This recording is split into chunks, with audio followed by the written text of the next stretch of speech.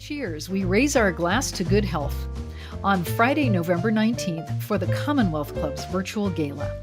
This year, we celebrate healthcare heroes who have kept the Bay Area healthy and safe. Visit commonwealthclub.org/2021 gala to learn more.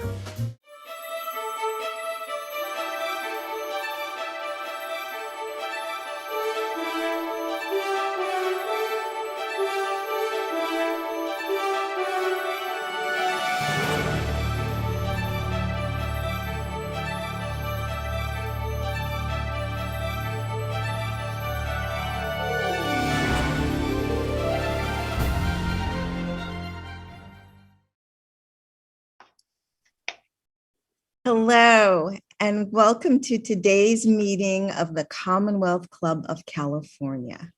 I'm Linda Calhoun, founder and executive producer, Career Girls, and chair of the club's member-led forum. I have a couple of housekeeping announcements before I introduce my co-sponsor of today's program, Celia Menschel, who is also the chair of the Middle East Forum, and she will say a few words. Our program today, Roots of Peace, is a free program, but we'd be delighted if you could go to commonwealthclub.org to donate. I'd like to give a special thanks to those of you who have already donated. We are the nation's oldest and largest public affairs forum, and as a nonprofit that generates revenue through events, you can imagine how much we appreciate your donation during these difficult times. To learn more about upcoming live stream programs, we invite you to check out our website for a complete listing. For today's program, we're accepting questions for our speakers through chat on YouTube. There's a chat window on the right side of the video window. So now I am delighted to turn the program over to Celia Menschel, who is chair of the Middle East Member-Led Forum and the co-sponsor for our program today, Roots of Peace. Thank you, Linda. I'd like to thank Linda, who's a friend and also chair of the club's member-led International Relations Forum. There's about 15 forums at the club, and they're all doing wonderful programming on a variety of subjects. I would like to mention one that's tomorrow for the Middle East Forum, same time, same place, except it's in person and online. It's called the Sharaka Project and the Abraham Accords. It's a diverse panel, and you can find out more at commonwealthclub.org. Besides thanking dear Linda, I'd like to thank staff, and especially Heidi and Atta. The three of them in particular are humanitarians. And yes, they especially Heidi and Atta, who are dedicated to helping others around the world, as is Linda, forgive me. There are two things I want to mention of a personal nature. The first thing is that tonight is Kristallnacht, and that's all I'll say. It's anniversary of Kristallnacht. The second thing that I'd like to say is that during World War II, my father, an English Christian, joined the English Army, the Royal Engineers. He didn't have to go because he had me. I was a baby. And he volunteered to fight, to save the Jews, his Jewish wife, to save England, and to conquer the Nazis. He was assigned to the Royal Engineers and went to Normandy, where his job was to find landmines, and then other people would take them apart. But unfortunately, he missed one and he stepped on it, and he was blown to pieces. Not death. I guess he lost his leg, his eye, his ears. He never recovered. He was a totally different man, and PTSD, and they didn't know how to treat it in 1943. So I'm carrying on a tiny bit, but you see, one of the connections I have to Roots of Peace is that Heidi, for over 25 years, I think it's the anniversary this month or last month, has been going around the world seeking landmines that mostly now children step on. That's all I'll say. God bless you all. Thank you. Thank you so much, Celia, for sharing that incredibly moving personal reflection. Now, I would like to introduce our moderator, Argandwal, Atta Argandwal, a first-generation Afghan-American humanitarian and author, motivational speaker, and former financial services professional. He was born in Kabul, Afghanistan, but has spent over half his life in the West, residing in the Bay Area of California. And then next, it's my extreme pleasure to introduce our distinguished speaker, Heidi Kuhn, who is the CEO and founder of Roots of Peace. 25 years ago, Heidi, a former reporter for major media networks, founded Roots of Peace and has been dedicated to cultivating peace and helping to rebuild war-torn countries by turning the scourge of landmined areas into profitable agricultural lands. Before we hear from them, I'd like to set the context for you and this discussion with a video that was filmed just a few days ago about Roots of Peace and a family that they were able to help escape to Doha. So if we could play that video, please.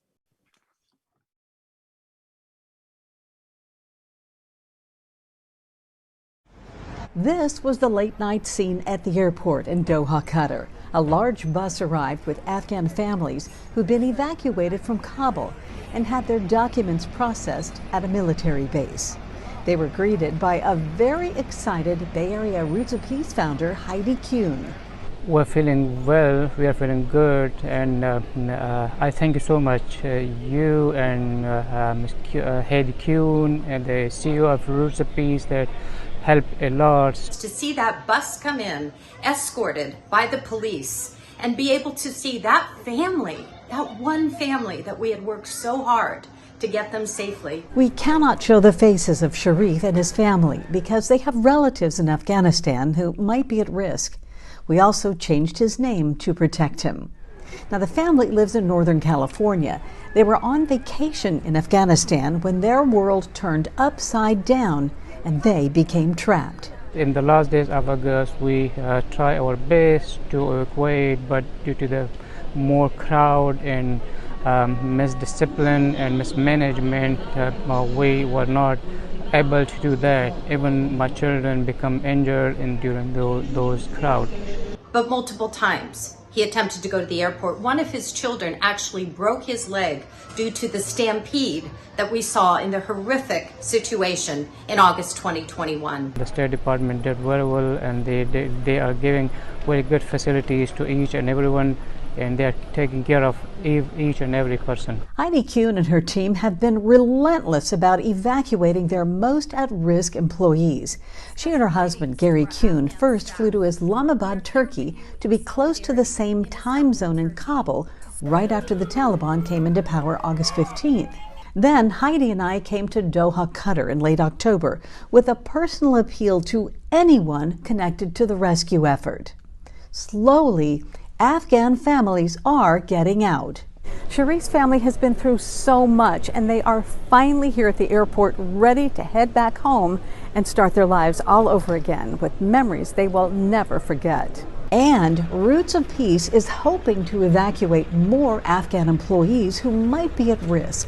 And many of them are Roots of Peace women, women who have gone out there, started their own businesses, looked to Roots of Peace as a role model, and hired 80 women. Well, those women are now highly at risk. They're being hunted. They're running from home to home. I am not going to give up on those 34 additional Afghans who are most at risk.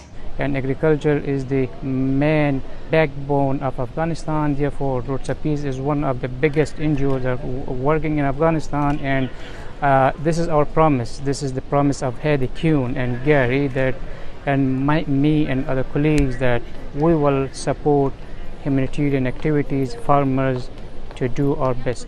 It's time to harvest the fresh fruits that we have planted 6 million fruit trees in all 34 provinces is the legacy, the sustainable legacy that Roots of Peace leaves behind 20 years after the war has ended. In Doha, Qatar, Cheryl Jennings, ABC 7 News.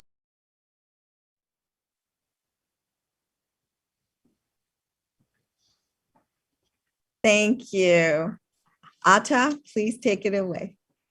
Thank you very much, Linda. Appreciate it. Welcome to today's program of the Commonwealth Club. My name is Atta Argandawal. I'm the author of Lost Decency in the Self-Sufficient Global Citizen. I'll be your moderator for today's program, Roots of Peace in Afghanistan. Now it's my pleasure to introduce our distinguished speaker, Heidi Kuhn. 25 years ago, Heidi, a former reporter from major media networks, founded Roots of Peace, dedicated this time to helping countries, war-torn countries, in turning the scourge of the land-minded areas into profitable agricultural lands. A remarkable achievement. So with that, I'd like to welcome to our program, Heidi Kuhn.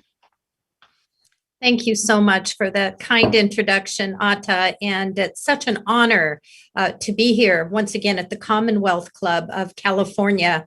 You know, I think we need to take footsteps backwards 25 years ago on September 21st, 1997. It's when I first learned of landmines. It was shortly after the late Princess Diana was tragically killed. And prior to her death, she catapulted the issue of landmines to the forefront of the international agenda. This is an anti-personnel landmine, and this is a bouncing Betty. And when the pressure of 8 pounds, the average weight of a newborn child, is placed on this, it will detonate and fragment in all directions, maiming and killing innocent children. And Celia, I am so deeply touched by your personal words of your own father. For when landmines are planted in the ground, the grass grows, the flowers bloom, yet these landmines are planted in the ground. Again, 60 million landmines silently poised today in over 60 countries. So I set out on a quest. Born and raised in a beautiful place called Marin County, California, 5th generation, with a family that taught me to respect the land and respect its people. And when I heard of landmines, I thought these do not belong in the one earth that we share. And so in the fall of 1997, at the event that I was hosting for the Commonwealth Club of San Francisco, I set on a quest to the California Vintners, to incredible visionaries such as Robert Mondavi, Mienko Grgic, Diane Disney Miller, and Eric Wente of Wente Vineyards, Tor Kenward of Behringer, and Robert Mondavi sent his personal attaché from Canada. And we went without a penny to our name, only with a vision of turning mines to vines, replacing the scourge of landmines with bountiful vineyards and orchards worldwide. We witnessed the signing of the Ottawa Treaty in December of 1997, and several months later launched Roots of Peace at the World Trade Club in San Francisco. I was sitting next to my congresswoman, a lovely woman who said, "I will be with you as long as it takes."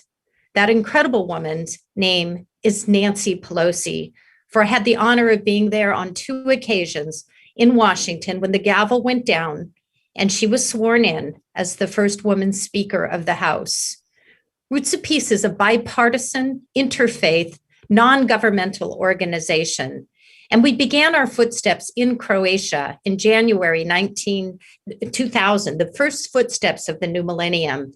Mienko Grgic was born in Croatia. He founded the beautiful winery, Grgic Hills, which put the Napa Valley on the map in 1976 when he won the Paris tasting. But more than that, he was a humanitarian. And there were 1.2 million landmines silently poised in his beloved homeland of Croatia after the Balkan War. Together, we raised funds to remove these seeds of hatred sown into the ground.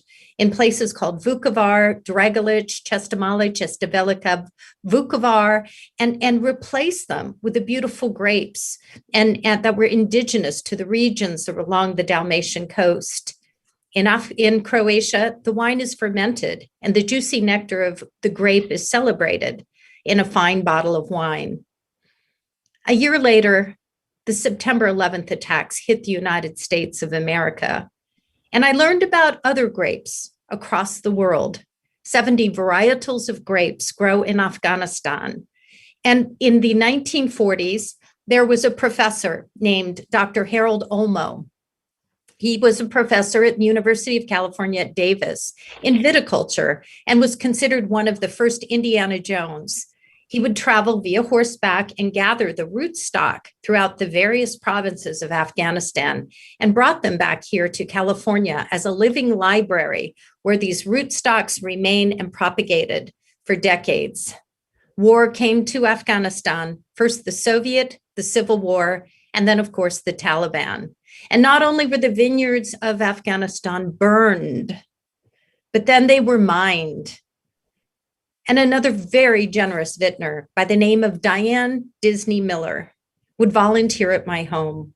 Week after week, she would come and observe how we were trying with very humble roots to plant the roots of peace. One day she took me to lunch. She wrote, "When you're working in your basement," the biggest check I had ever seen. It was $200,000. She told me, "Go turn your minds to vines in Afghanistan. Somebody has to do this." I looked at the check. I asked Mrs. Miller. She said, "You remind me of my father." And I looked and I said, "Who was your father?" She very humbly said, "Walt Disney. My name is Diane Disney Miller." And it took, I remember her saying, 330 no's for her father to tell the world that a mouse with ears was going to change the world. And that, of course, was Mickey Mouse. So she told me one day, "You too will be out of the basement of your home." And that began the quest. We partnered with the United Nations Mine Action Service and then with the Halo Trust. And over 100,000 landmines were removed in the Shamali Plains located north of Kabul. Once the mines were out, however, the grapes needed to be planted. The seeds of life needed to be restored into the land. So we introduced the trellis grapevines. The first year we did that with the wooden posts that we see so often in Napa and Sonoma, they were cut down. We asked why as an American question. I learned to listen, for the Afghans told me it was the coldest winter on record. And if these posts were not cut down, they could not feed their families or keep them warm through the harsh winter. So we introduced the cement trellis vines, and it created a legend throughout Afghanistan of lifting the grapes up, pruning the vine, doubling the yield. And of course, with due respect to the Muslim culture, the grapes were never fermented with due respect to their culture. But the grapes were then not only harvested, but we were able to export and to introduce these beautiful fresh fruits. With Atta, were called the Kabuli Wallas, the fabled traders that would come to India and to the neighboring countries to sell these beautiful fruits. One thing I would like to share with the audience today is Afghanistan is a country that is 80% dependent upon agriculture.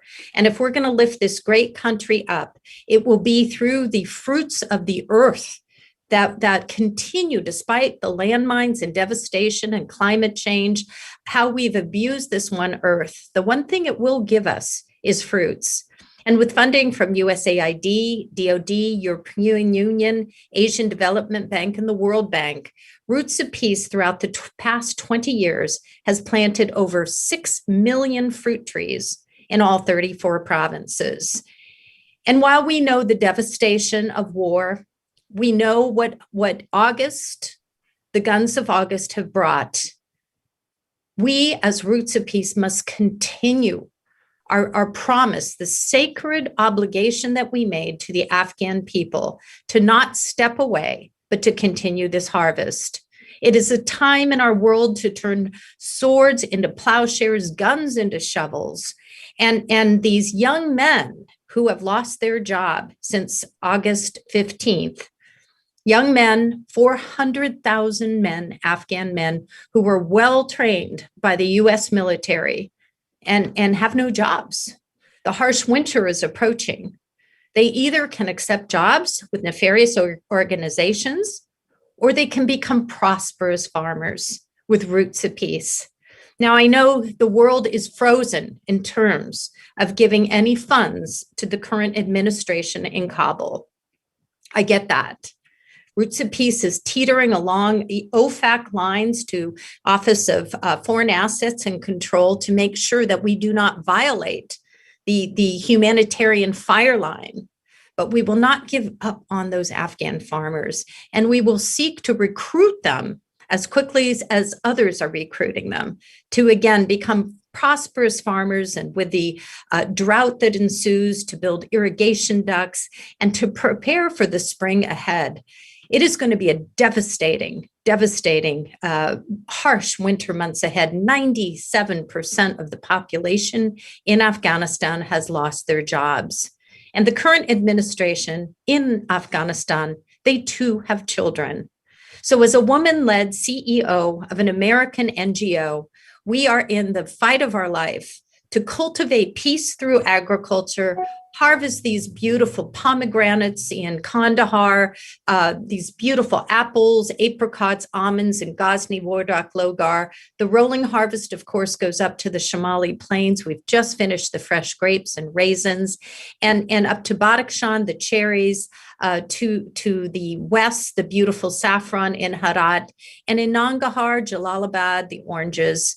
Afghanistan was once dubbed the Garden of Central Asia, and whatever flag flies, Roots of Peace serves the farmer and will continue to do so. And Atta, I thank you so much for visiting our world headquarters here in San Rafael and meeting our Afghan staff, those whose families are separated.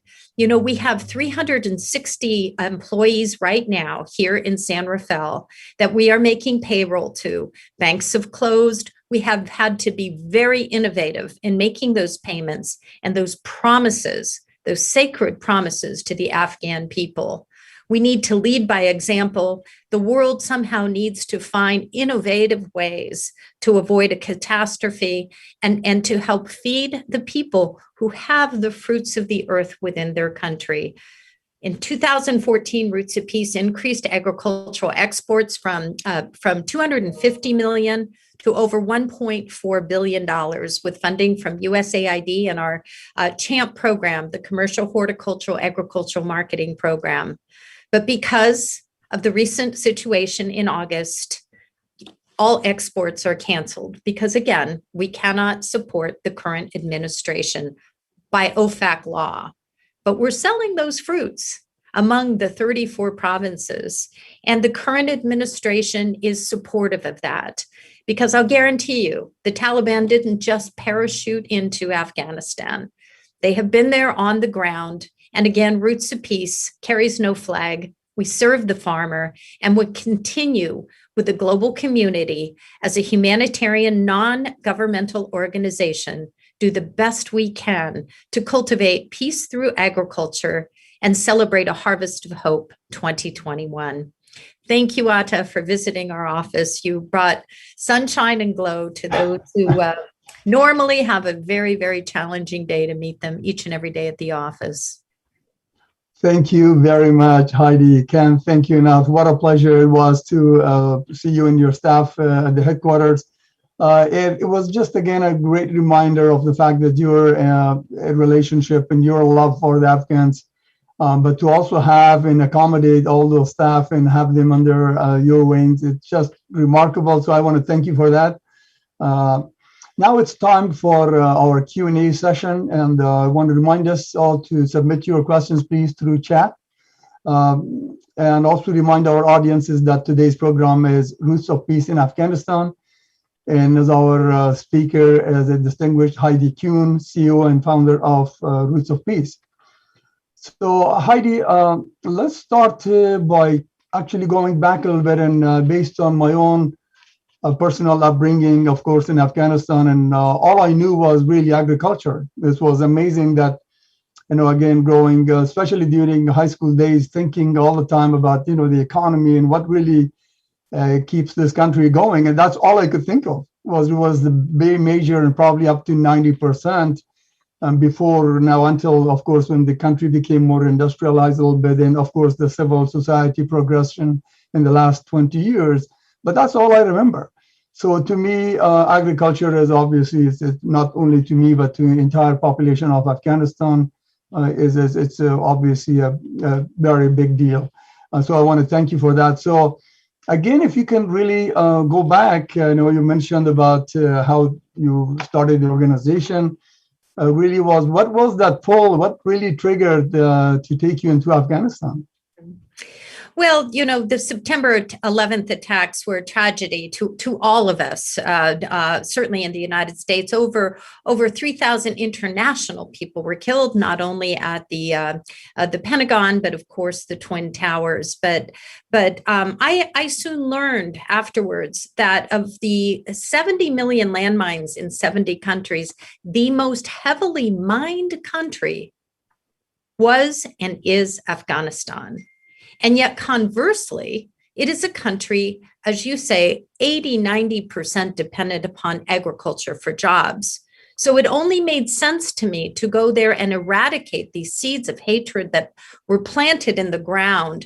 They hold the land hostage, the real estate, the potential of the earth to produce vitality, and the economics of peace, the business of peace is stunted when a landmine is planted in the ground.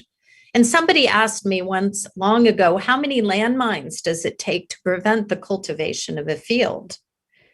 Some people would say one. The answer is zero, because it's the fear of the presence of a landmine that will keep a farmer from cultivating their field. So by that generous donation by Diane Disney Miller, it really created a pilot project for us to begin. When we arrived in Afghanistan, because of the decades of war, that transfer of knowledge from grandfather to father to son was lost. It was a broken value chain. And when we went there, the Afghans were growing the grapes on mounds. It was subject to phylloxera and snakes that were hidden underneath. And by just lifting those grapes off the ground, allowed them to see the potential of growing high value crops. And the traditional way, when we arrived in 2003 with my husband, Gary Kuhn, who's president of Roots of Peace and has brought his business knowledge from IBM and Adobe Systems, again, to creating a business model for peace with me. They were harvesting on midday on burlap sacks, dragging these beautiful grapes to market and expecting a meager profit. Well, by the introduction of these trellis grapevines and the planting of these fruit trees throughout the various provinces, some may say that the United States has lost, the billions of dollars that were invested in Afghanistan were worthless. Well, I beg to argue in the midst of this harvest season, for we have planted sustainable peace through agriculture. It took time. It took patience. It took 10 years when that seed is planted for that fruit tree to grow. But those trees are bearing fruit throughout the country of Afghanistan. And while, again, I'm extremely disappointed that we can't continue the exports, because that's the economic machine that's going to drive Afghanistan. We were able to export to India, Pakistan, Delhi, Dubai, and the potential for China and Badakhshan going up to Almaty and going on the One Belt, One Road and selling these fruits to China, to Beijing. It's supply and demand. This beautiful, again, country that's shaped like a leaf. It really is when you step back and look at it in perspective. But it is to restore it as the Garden of Central Asia. That is the legacy that Roots of Peace has left behind. And with the many donors, international donors, not only, U.S. donors, but Asian Development Bank, the Japanese, and others. We need to find a way, in my humble opinion, while respecting, of course, the OFAC laws, but we need to break the ice somehow and be able to work with NGOs to serve the people. Otherwise, if we continue to close our eyes and look away right now and hope that the World Food Program is going to come in with food, drop it off at the airport, and not be able to get it into these remote provinces, the asset that Roots of Peace has is trust. We've been there for 20 years. We know the local mullahs. And as those fruit trucks drive out and sell their beautiful bounty to the local and neighboring provinces, those fruit trucks come back empty. And what Roots of Peace this past week, I'm so proud, through the generous donations that were given to Roots of Peace shortly after the August 15th fall of Kabul, we raised $27,000 from the local donor community. Now, that may not sound like much, but what has happened since August is there were 500,000 IDPs, internationally displaced people, who converged from the various provinces around Kabul, thinking Kabul will never fall. Well, they were sleeping on the dirt, and they brought their clothes and 5 and 6 children with them, but they came with the shirts on their back. So Roots of Peace, through this funding, was able this past week to deliver tents, blankets, water, food, and that's not in our traditional bailiwick, so to speak, but we were able to have those photos and show the proof of concept. So we need, I think, as a world, not just to sit back and observe. We need to find proactive, innovative ways in which we can serve the people. Again, serve the farmer, not the flag, but avoid the catastrophe of starvation, of lack of shelter, and the children who will suffer the most in the coming months. We need to pull together as a world and plant the roots of peace in Afghanistan. We're poised to do this. The current administration wants to work with women. As a woman CEO, I'm here not in a flexing my arm way, but I'm here as a mother and a grandmother now, 4 children and 4 grandchildren, and I take my footsteps very, very seriously. And I think we need to celebrate with a basket of fresh fruit, celebrate this harvest of hope, and inspire global citizens to think in creative, grounded, legal, licit ways to work with other non-governmental organizations and join hands in the dark to avert catastrophe in Afghanistan. Thank you, Heidi. Really appreciate that feedback and that insight. Of course, the one thing that we cannot ignore is the fact that the growth of civil society in the last 20 years and all of the progress, and of course, the education, for example, and the role of women, the empowerment of women in Afghanistan. Just based on your own experience from the, let's say going back from the early days to now, how did you notice that change in the role of women coming to the picture? Of course, women has always been side by side, the big part of the Afghanistan's economy, even in the past, to be honest. Think of agriculture and all of the farming that did occur, and who supported them was, of course, it was all through the support of women, working very hard side by side. As a matter of fact, even participating as in the physical work of agriculture, and that was something that was very visible to all of us. But just again, thinking about the role of women in terms of what you saw, the difference between the time of entry and let's say up to now, how would you see the comparison? And the fact also maybe talk a little bit about the growth of agriculture with the machinery, or this maybe modernization of agriculture in Afghanistan. If you could talk a little bit about that also, that would be appreciated. Absolutely. And, it's very complex right now, Atta, because, we have, again, 360 Afghans who are directly employed by Roots of Peace. And of those, we're reaching out into the 34 provinces and impacting over 2,000 women directly right now through our programs. $30 million continued to be funded by USAID, and $45 million continued to be funded by the United States, U.S. Department of State, INL, International Narcotics and Law Enforcement. We've been creating alternative agricultural crops to poppies. And again, I remain very grateful to my country for the continuing delicate balancing act that we are all embarking and pioneering on, not to step on one political landmine of OFAC, very serious and respected boundaries, but to get the job done. So I speak every week to our Roots of Peace Afghan women's team, and I had an extraordinary conversation just yesterday. Now, what we've been able to do to sustain the inroads that have been made, we've invested in for the women who must stay home for security reasons right now, in scanners and high-speed internet. The finance directors are having to work from their homes. Not normally a practice done, but I think we've all learned from COVID-19 workarounds, ways in which we can get the job done. So the executive team is empowered with those, again, tools of technology that allow them to communicate with me here in California.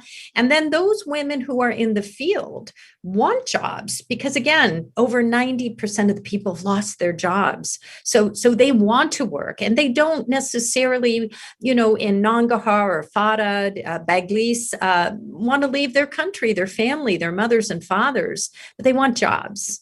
And so we're finding innovative ways. For instance, in Kandahar, we call it our Chicks program. And we bring these, respecting, again, the local culture, the very, hard line tradition, right? I mean, we just have to be respectful of the environment we're working with in any country. But we bring these little baby yellow chicks inside, and we provide the barb, the wire, the chicken wire, and the feed, and the women inside grow these little chicks, and they grow up and they lay eggs, and the eggs provide protein for the family. And then the men are able to go out there and sell the eggs. So they come back inside of the house and encourage the women, more chicks, more eggs, feeding, giving protein to their children, and the economic potential. So I think if we can find workarounds right now, not just to say, hey, we give up. I heard another story yesterday about the almonds. The almonds are ripe and they're being picked, but they need to be shelled so that the traders can bring them to market. Well, that's something the women are able to do. Now, what's been happening is, when they would be paid, typically 6,000 AFs, people are taking advantage, of course, of the women and lowering that considerably, less than half. Well, we've talked to some other traders who are going to try, again, to have those workarounds and purchase them at fair market value. So again, we don't use this terrible situation to go back to the Stone Age where, women are willing to take pennies and dust for the work, the worth of a woman, the work of a woman in achieving those goals. With the saffron, for instance, in Herat, it's the dexterity of the woman's small fingers to be able to take from the poppies and the beautiful saffron, and again, be able to properly package it so that the traders then can take it to market. The women are very afraid. Many of them, some I am trying to evacuate, those who are of Hazara background. One woman in particular was highly visible in starting a company. She was really a poster child, so to speak, for the U.S. Government and in her success. I actually mentored her, and she expanded her program to hiring 80 women to work for her. But she's being hunted right now. And in those situations where you have highly visible women where I just don't know what to say. I hold my breath every morning when I reach out, and I do call a handful of these women that are clearly at the highest of risk because of the social media and the visibility that they have received in these trade organizations. Again, a year or 2 years ago, people meaning the supermarket chains in India, Reliance and Big Bazaar, they weren't going to come into Afghanistan. It was too dangerous with the fighting going on, but they knew it has the best fruits in the world. So what Roots of Peace did, again, thinking with social innovation, we brought the traders to Gulf Food in Dubai and again, reintroduced the juicy nectar of the Afghan fruits to the traders, and again, helped to increase agricultural exports from 250 million to 1.4 billion. That is still actually going on. The traders have found ways to go through Spin Boldak, Torkham border, and get their fruits to market. Now, we have nothing to do with that because we can't, again, by OFAC laws, support that anymore. But again, when you ask me about a legacy and what we've left behind, it's that transfer of knowledge. It's train the trainer. And to me, it's a very beautiful thing. It was about $1 million worth of cucumbers and pine nuts were sold just this past week, and traders did it all by themselves. And I think if I have a dream, it's to work in Afghanistan for at least another decade, and ultimately, as the situation clears, be able to further train the farmer, establish the highest modern technological innovations, cold storage refrigeration, so they don't have to harvest in the middle of the night under the hot, middle of the day under the hot sun, and dragging them to market. But you have cold storage facilities, you have corrugated boxes, you pack the apples according to size, you brand it with Afghan fresh fruits, and then Roots of Peace built the first cold storage refrigeration at the Hamid Karzai International Airport. So, those are things that have been left behind. Afghan people are some of the kindest, oh my goodness, I would say just generally most loving, kind. I mean, Rumi, the poet. Yeah, thank you. It's remarkable, Heidi, as you indicated. And I love the fact that the focus, again, on the opportunity which exists in Afghanistan. And while the international community and all the parties involved in neighboring countries and all in these conversations and negotiations, and knowing and understanding that Afghanistan is really facing some dire conditions and probably a looming humanitarian disaster with the upcoming winter.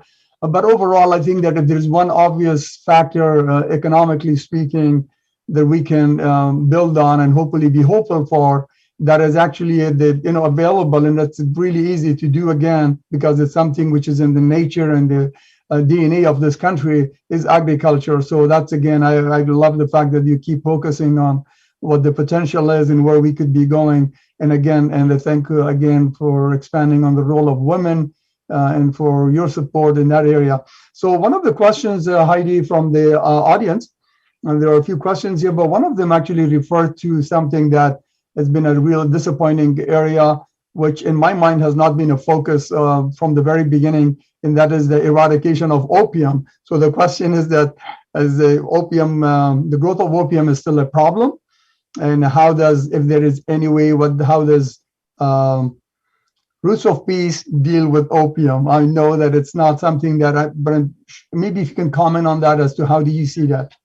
Ata, we've dealt with opium head on for well over a decade, and under the Obama administration, we worked with Secretary Tom Vilsack, who's again our Secretary of Agriculture in the United States.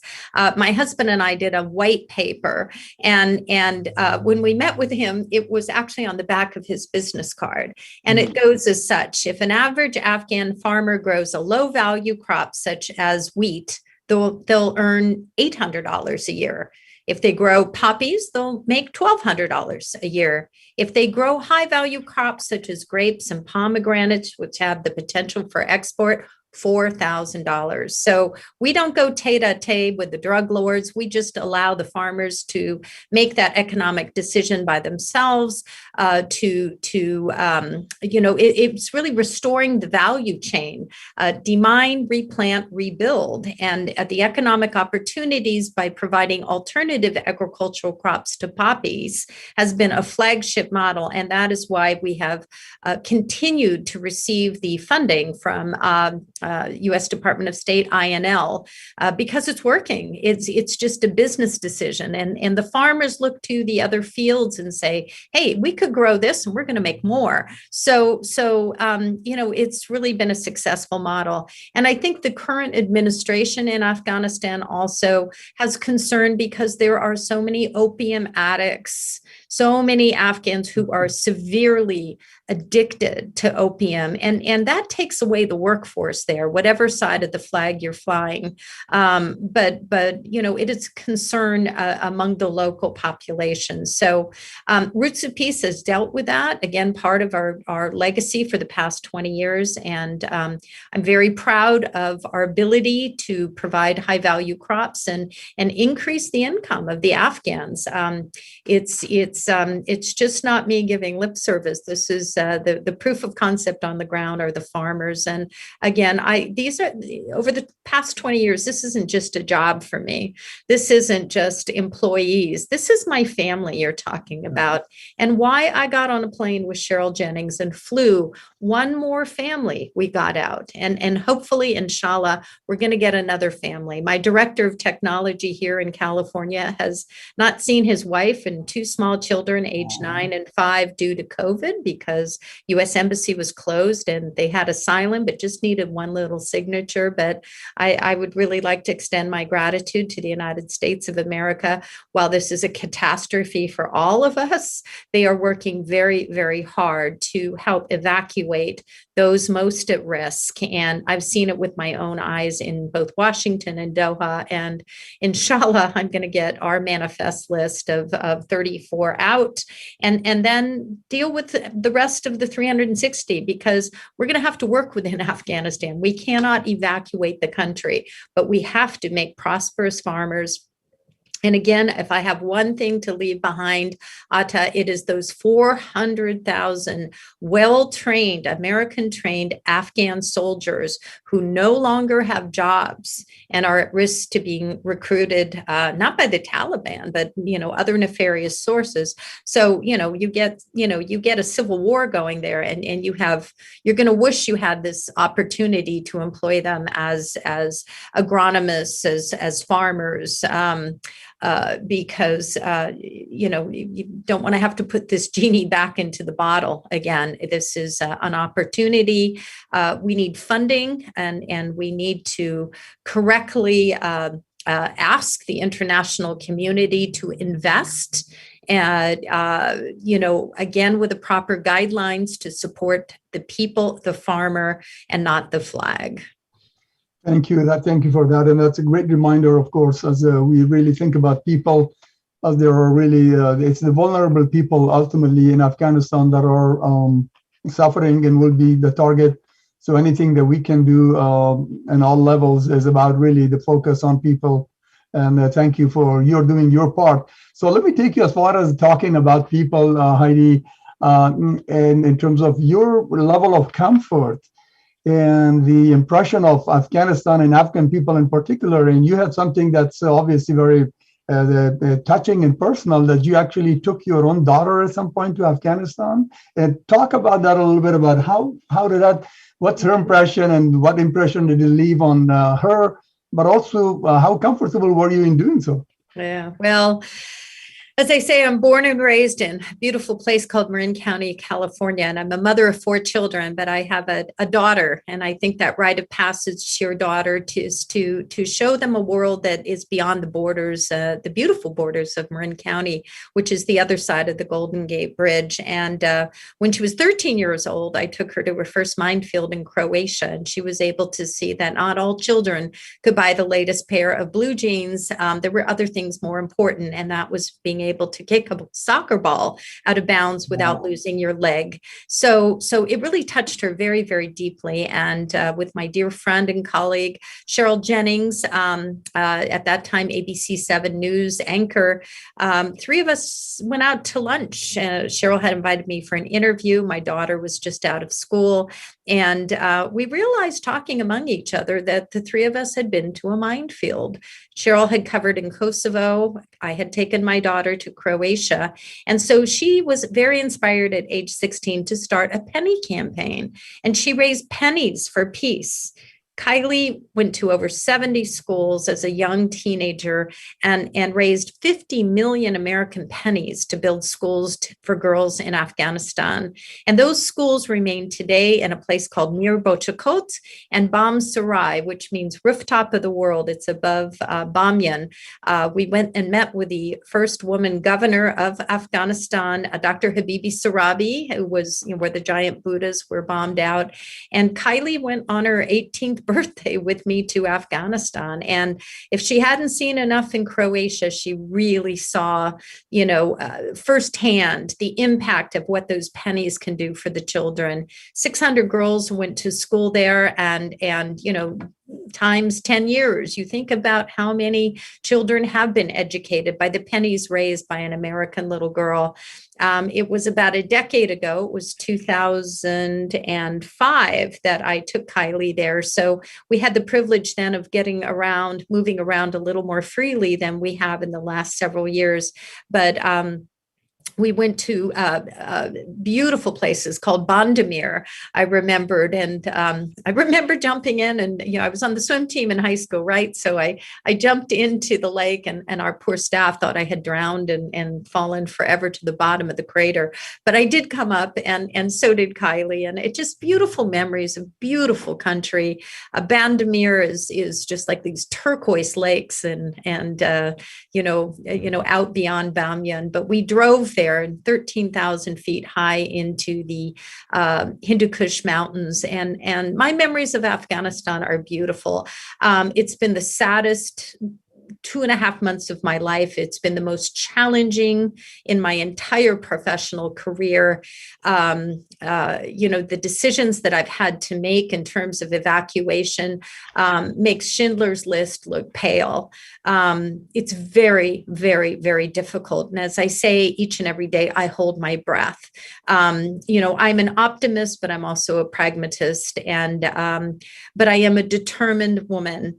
And anybody who knows me knows I'm not one to give up.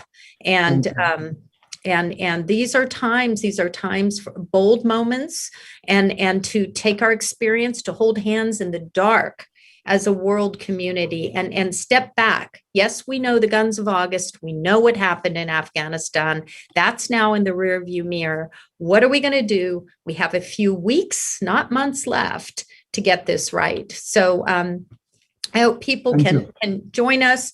Please donate to rootsofpeace.org. We will promise you we will make every penny count and amp up our work in Afghanistan right now.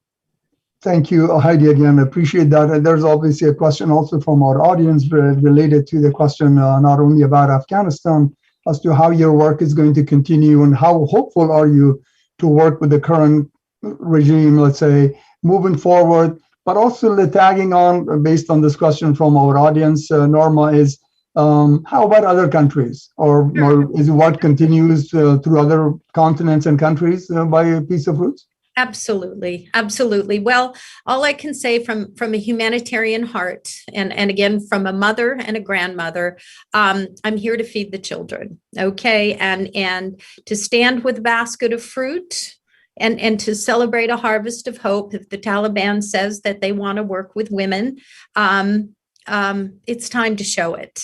It's time to show Taliban 2.0. Working in other countries, I continue to work in other countries. We're working actually in Guatemala right now. And instead of building higher walls at our borders, Roots of Peace seeks to build longer tables, meaning we keep the Guatemalan people at home. We're just submitted a grant to USAID to grow the avocados, the onions, the coffee, and provide export markets. Now, while there's no physical landmines there, it is post-conflict, and to create jobs and prosperity for the Guatemalan farmers so they don't have to come up to our borders. They will be content to, again, break bread with their families at home, invest in again, building longer tables by means of agricultural crops. We continue also to work in Vietnam. We've worked there since 2010. My son, Tucker Kuhn, actually began that project. It's remarkable to me as a graduate of UC Berkeley. At my day, it was a draft card when you talked about Vietnam. It's a proud moment for me as a mother to know that my son is drafting peace. He helped work with the Vietnamese government in Quang Tri province, which is the Central Highlands. And for those who are old enough in my generation to know the Vietnam War, that was Quang Tri, Cam Lo, Dong Ha, Khe Sanh, and 80% of that land is riddled with landmines, UXOs, and primarily cluster munitions that were dropped at the end of the war. So we're demining that land and then planting the black pepper and selling it to Morton and Bassett Spice Company on the other side of the ocean. So, that again is the business plan that we have with Roots of Peace, restoring the value chain, providing the economics of peace. And my dear friend and mentor, I've been so blessed to have so many wonderful people in my life who have mentored me. I always love the quote by Sir Isaac Newton: if I've seen further than others, it's only because I've stood on the shoulders of giants. And one of those giants to me is Ambassador Kenneth Quinn. Right before the world closed with COVID, we began January 2020 with a clear vision to eradicate all the landmines in Quang Tri. He went with me and his lovely wife, Lei San, and we are continuing that quest. And he was the former ambassador of Cambodia. And I was just on the phone to him earlier today thinking how we can even expand into all of Southeast Asia. If I have a dream, Atta, it is to demine the world and that's remarkable. Thank put you. myself out of business and plant the roots of peace, because ag grows on all these former war lands. Absolutely. Especially as in light of obviously the climate changes, challenges that are talked about and all. And again, it's what happens in the area of agriculture worldwide. It's a remarkable area of opportunity for everybody, but especially as far as the countries that you have your footprint, and with the social impact type of focus that you're bringing in your organization. We can't thank you enough for that. Let me just get back to a little bit to as you continue your work around the world, and that's a remarkable job again. Thank you. How hopeful are you to be able to work with the current government in the future of Afghanistan and your organization's role in there? How do you see that based on what's happening? And of course, you just went to Doha, not that it was part of any negotiation or any conversation with these people, but I'm wondering if you have any insight about what do you think might happen, or are they willing to work with you? Mm-hmm, mm-hmm. Well, I would hope they would want to work with me. I'm feeding their children and helping create prosperity and carbon credits.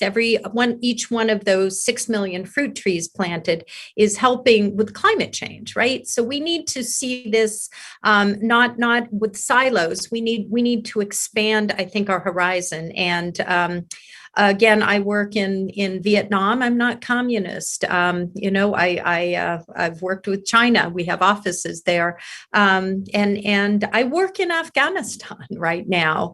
And if the day once comes where I am invited to meet with the government from a humanitarian, never a political, holding a basket of fruit, I would be honored to do so if it would help the children and, again, the poorest of people living in the most remote regions. So it's a humanitarian high note, but I certainly have the courage and the faith in the Afghan people. Well, thank you. And on that note, also, maybe there's a good news that we have kind of a special baby or a child in our own backyard. I think I maybe have mentioned something a little bit the other day that one of the a small 2-year-old child that was handed over to an American soldier and some other family basically decided to bring him on in the United States. And now this child actually knows in our own backyards in Turlock, Northern California, for which we are really delighted that we'll be able to hopefully get his parents out here so that we can be part of that and the current government to work with us and everybody. But anyway, I just wanted to, on a kind of a light note, I wanted to mention that. I wish we had more time for more questions, but I think I will just will address one more question, Heidi, and that is obviously on the political side, there is a question from audience about whether the United States would have been better off leaving 2,500 soldiers to have a peaceful type of withdrawal of all these people that are still living in or remaining in Afghanistan. So with that, maybe a short comment from you as to how you see that, but I know that's everybody would have wished that there was the case. Well, hindsight's always 20/20, right? And a lot of things we know went very, very wrong through multiple administrations. I don't think we can point a finger one or the other, but I am so proud of the sustainable peace through agriculture that we have left behind. I do consider that a victory. I think the education of the women to become farmers and traders and the trade routes, the restoration of the Kabuliwalas, who are now back in business. And I think once the dust settles, the neighboring markets have had a taste of the juicy nectar of that special Afghan fruit, and they'll find ways to trade. My deepest prayers are with the Afghan people right now. And I believe so deeply that we are all daughters and sons of Abraham, and we need to respect the seeds we have in common rather than those which separate us. And as I say, not just a CEO, but as a grandmother, I will use every breath, every footsteps that I may take to plant the roots of peace in Afghanistan and worldwide. Remarkable. Thank you for that. We all, I know the entire Afghan nation and people around the world appreciate what you do. Thank you for the quality work.